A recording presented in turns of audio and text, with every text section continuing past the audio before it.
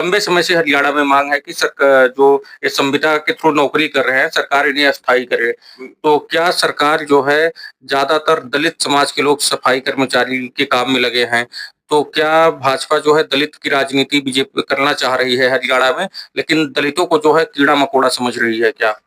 अगर कीड़ा मकोड़ा नहीं समझती तो अस्थायी कर देती। देखिए, बीजेपी की और आरएसएस की शुरू से दलित विरोधी सोच रही है, इसमें कोई दो राय नहीं है। चाहे आप इनके संगठन के उछले स्तर पे देख लीजिए, कोई भी आपको दलित चेहरा कोई खास नहीं मिलेगा। अगर कोई एक आधा मिलेगा भी तो वो एक तरीके से डमी रहेगा, कोई कैसा वो नहीं रहता। विपक्ष और गुरुग्राम की आम जनता जो है पूरी तेजी से उठा रहा है, लेकिन 2 दशक से 3 दशक से भाजपा में सत्ता में बैठे लोग, चाहे वो अधिकारी हो, चाहे मुख्यमंत्री हो इस राज्य का, या कोई भी पॉलिटिकल बड़ा नेता हो बीजेपी का, किसी के कानों में जू तक नहीं रेंग रही है। उन लोग जो अस्पताल नहीं बनने देना चाह रहे, और कब से अस्पताल को तोड़ा गया है और ये किसकी जगह है, और क्या अभी तक कागजों में कार्रवाई हुई है अस्पताल बनाने को लेकर। अगर मुख्यमंत्री जी ने भी यहाँ पे गुड़गांव में आकर कहा था कि अस्पताल बनेगा, तब हमने कुछ दिन के लिए रुक गए थे कि भी अस्पताल बन रहा है, अच्छी बात है।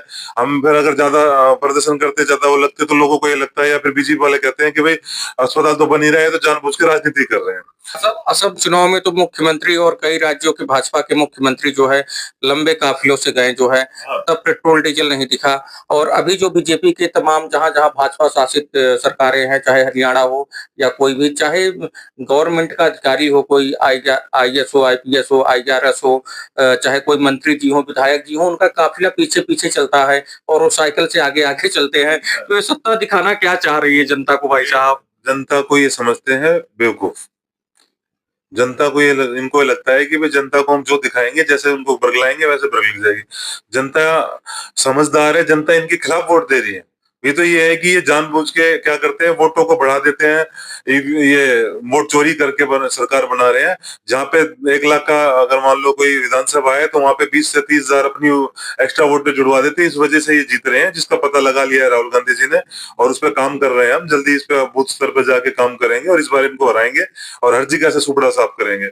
नमस्कार, मैं हूं पंकज पांडे, आप देख रहे हैं दैनिक सच हरियाणा। अभी हम लोग गुरुग्राम सिविल कोर्ट पे मौजूद हैं।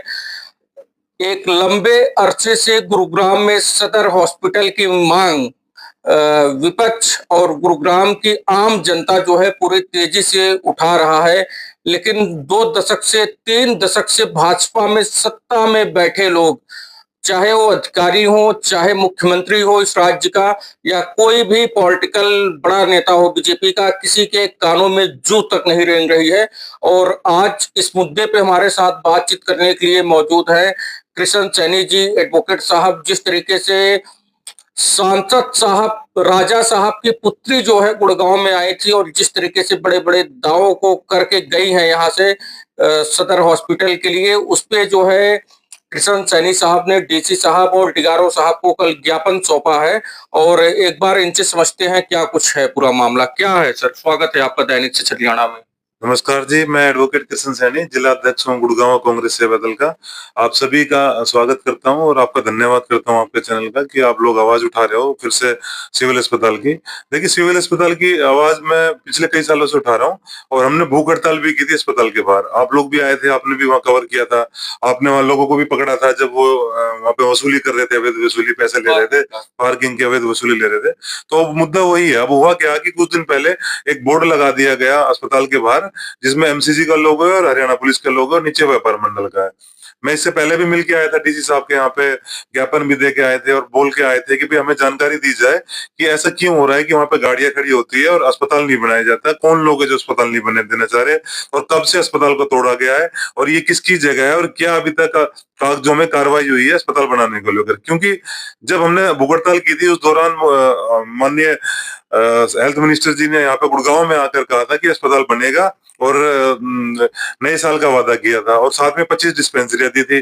कुछ अधिकारियों ने भी आके हमसे कहा था कि भाई ये अस्पताल बनेगा, आप हड़ताल ना करो। मुख्यमंत्री जी ने भी यहाँ पे गुड़गांव में आकर कहा था कि अस्पताल बनेगा। तब हमने कुछ दिन के लिए रुक गए थे कि भाई अस्पताल बन रहा है, अच्छी बात है। हम फिर अगर ज्यादा प्रदर्शन करते, ज्यादा वो लगते, तो लोगों को ये लगता है, या फिर बीजेपी वाले कहते हैं कि भाई अस्पताल तो बन ही रहा है, तो जानबूझ के राजनीति कर रहे हैं। तो हम रुक गए थे। पर अब जब नहीं बन रहा, तो अब दोबारा हमें लगातार संघर्षशील होना पड़ रहा है। और मैं डीसी साहब को ज्ञापन दे के आया हूं, उसमें कह के आया हूँ 1 महीने का टाइम कहा है माननीय हेल्थ मिनिस्टर जी ने। अगर 1 महीने में बना देते तो अच्छी बात है, नहीं तो इस बार हम चाहे किसी को बोलेंगे नहीं, किसी को कुछ नहीं करेंगे, हम वहां पे भूमि पूजन करा के नींव रख के काम शुरू कर देंगे। ये आपने जो ज्ञापन दिया एडीसी को और डीआरओ को, उस ज्ञापन में क्या लिखा? आरती राव का क्या था मामला? वो एक बार उसे जनता के सामने रखो आप। नहीं, आरती राव जी का तो मामला ये है कि आरती राव जी परसों 2-3 दिन पहले गुड़गांव में आई थी। उन्होंने उनसे किसी पत्रकार मुद्दे ने पूछा और उन्होंने खुद भी कहा कि भाई गुड़गांव का सिविल अस्पताल इतने सालों से लंबित है तो उस पर क्या कार्रवाई। उन्होंने कहा कि अगले महीने से काम शुरू हो जाएगा, और इसी को लेकर हम ज्ञापन दे के आए हैं कि भाई इतने दिनों से काम क्यों नहीं शुरू हो रहा है। और इससे पहले मतलब ज्ञापन तो हमने लगभग इससे पहले भी दिया था, और जो कल दे के आए हैं उससे कुछ दिन पहले भी दिया था। कल वाले ज्ञापन में हम पर्टिकुलर ये भी दे के आए हैं कि एक तो वो बोर्ड लग रहे हैं, पार्किंग जो बनी है वो क्यों बन रही है, और अस्पताल अगर वहां नहीं बनता 1 महीने में तो हमने जो ज्ञापन में कहा ये कहा है कि हम बनाएंगे। अगर सरकार से नहीं बनता, सरकार पे पैसा नहीं है, कोई बात नहीं, मैं वहां भूमि पूजन करूंगा, और भूमि पूजन करवाने के बाद सभी जनता रहेगी वहां पे, पंडित जी रहेंगे, उसके बाद हम वहां पे नींव रख देंगे, चिनाई शुरू कर देंगे। जिले के तमाम भाजपा के, एक मिनट रोक रहा हूँ, जिले के तमाम बीजेपी के पॉलिटिकल लीडर जो है बोलते हैं कि सदर हॉस्पिटल, नागरिक हॉस्पिटल जो है वहां से शिफ्ट करके हमने दूसरी जगह रख दिया और अच्छा है, लेकिन कांग्रेस के पास कोई मुद्दा नहीं है, इसलिए अनर्गल बातें करते हैं। इस पे क्या कहेंगे? देखिए, अगर मैं कहता हूं कि अगर ये बात को जनता को देखना चाहिए, जनता इस बात को, ये और ये वाली बात मेरे को आप स्पेशल देना कि बीजेपी वालों के पास भारतीयों के, हरियाणा वासियों के और गुड़गांव वासियों के स्वास्थ्य का मुद्दा कोई मुद्दा ही नहीं है, तो इससे ज्यादा कोई नीचे वाली बात नहीं होगी, निचले स्तर की बात इससे ज्यादा कुछ नहीं हो सकती। मुझे लगता है और हमारी कांग्रेस पार्टी को लगता है कि भारत की जनता का सबसे मुख्य मुद्दा स्वास्थ्य का है, शिक्षा का है, रोजगार का, सबसे पहले स्वास्थ्य का है। जब व्यक्ति स्वस्थ होगा तो अपने आप का ध्यान रख पाएगा, कमाने के लिए काम कर पाएगा और अपने परिवार का ध्यान रख पाएगा और आगे चल के तरक्की के लिए काम कर सकता है। तो मुझे लगता है, कांग्रेस पार्टी को लगता है कि सबसे पहला हमारे देश का कोई मुद्दा है तो स्वास्थ्य का मुद्दा है, और स्वास्थ्य के मुद्दे में अस्पताल बनना, डिस्पेंसरियां बनना, अच्छे मेडिकल टेस्ट की सुविधा मिलना, अच्छे ऐसे आरोग्य धाम बनना और फिटनेस के लिए ट्रेनिंग देना, ये सारी चीजें आती है। उस चीज के लिए कांग्रेस ने काम किया। ये अस्पताल भी कांग्रेस की देन थी जो पुराना है, और जो एक चल रहा है अस्पताल वो भी कांग्रेस की देन है। इन्होंने क्या करा है?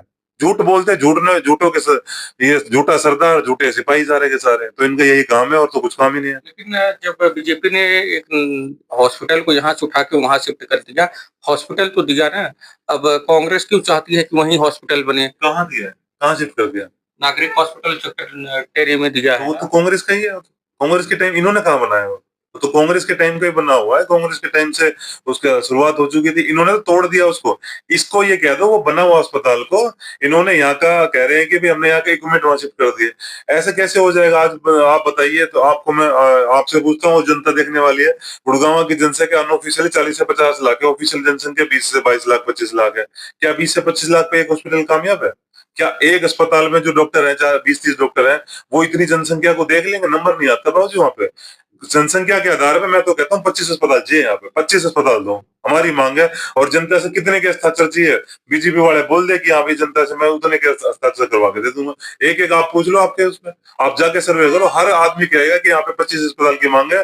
गुड़गांव के चारों कोने पे 4 बड़े अस्पताल और हर 5,000 1 लाख की आबादी पे एक छोटा अस्पताल की रिक्वायरमेंट है। अच्छा, एक समस्या और है सदर हॉस्पिटल में कि जो सदर हॉस्पिटल वहां शिफ्ट किया गया है, वहां लाइनों में जो है तमाम लोग लगे रहते हैं अपना पर्चा कटवाने के लिए।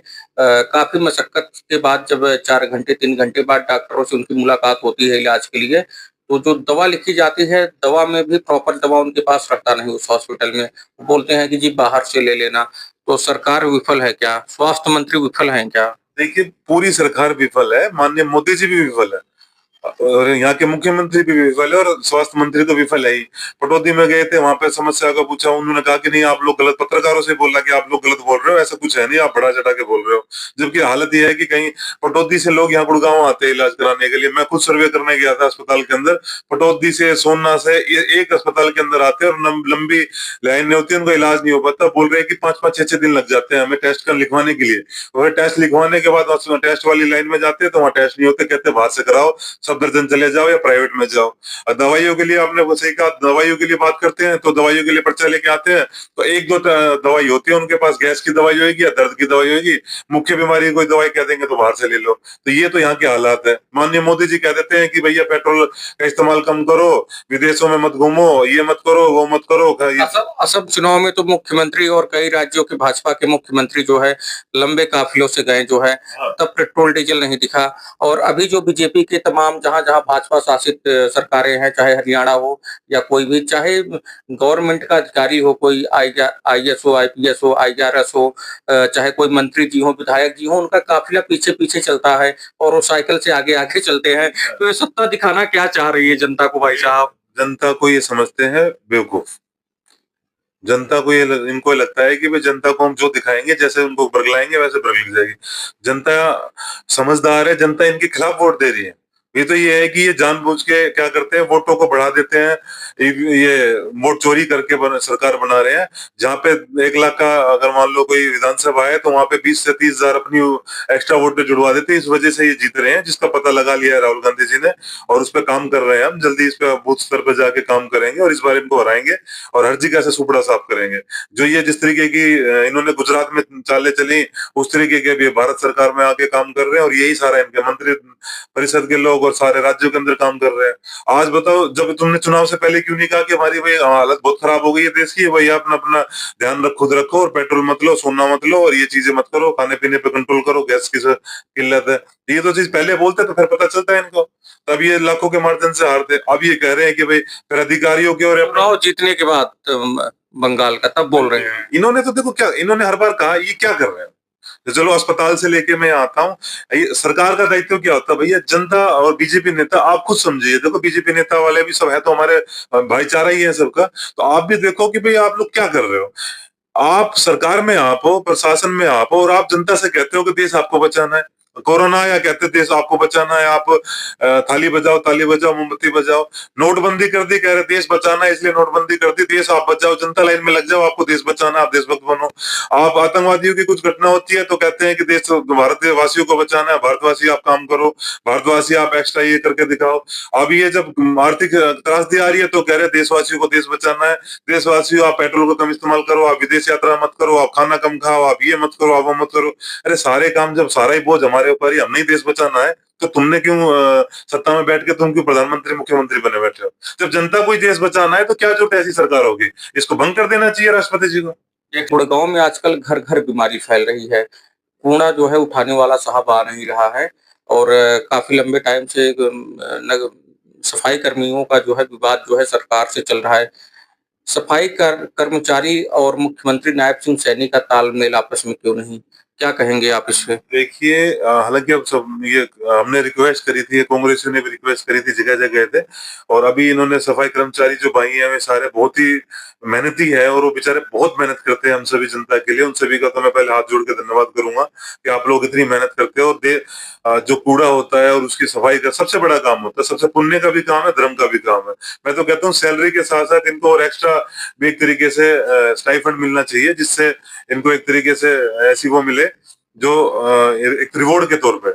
और अब इन्होंने सफाई की जो आपने सवाल पूछा, कर्मचारियों ने हड़ताल खत्म कर दी है। तालमेल नहीं है सरकार का सफाई कर्मचारियों का, तो सरकार क्या चाहती है? नहीं परमानेंट नहीं करेगी क्या?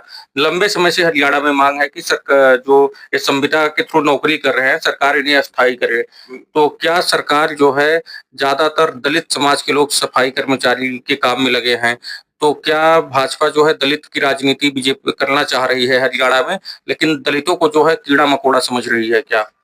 अगर कीड़ा मकोड़ा नहीं समझती तो अस्थायी कर देती। देखिए बीजेपी की और आरएसएस की शुरू से दलित विरोधी सोच रही है, इसमें कोई दो राय नहीं है।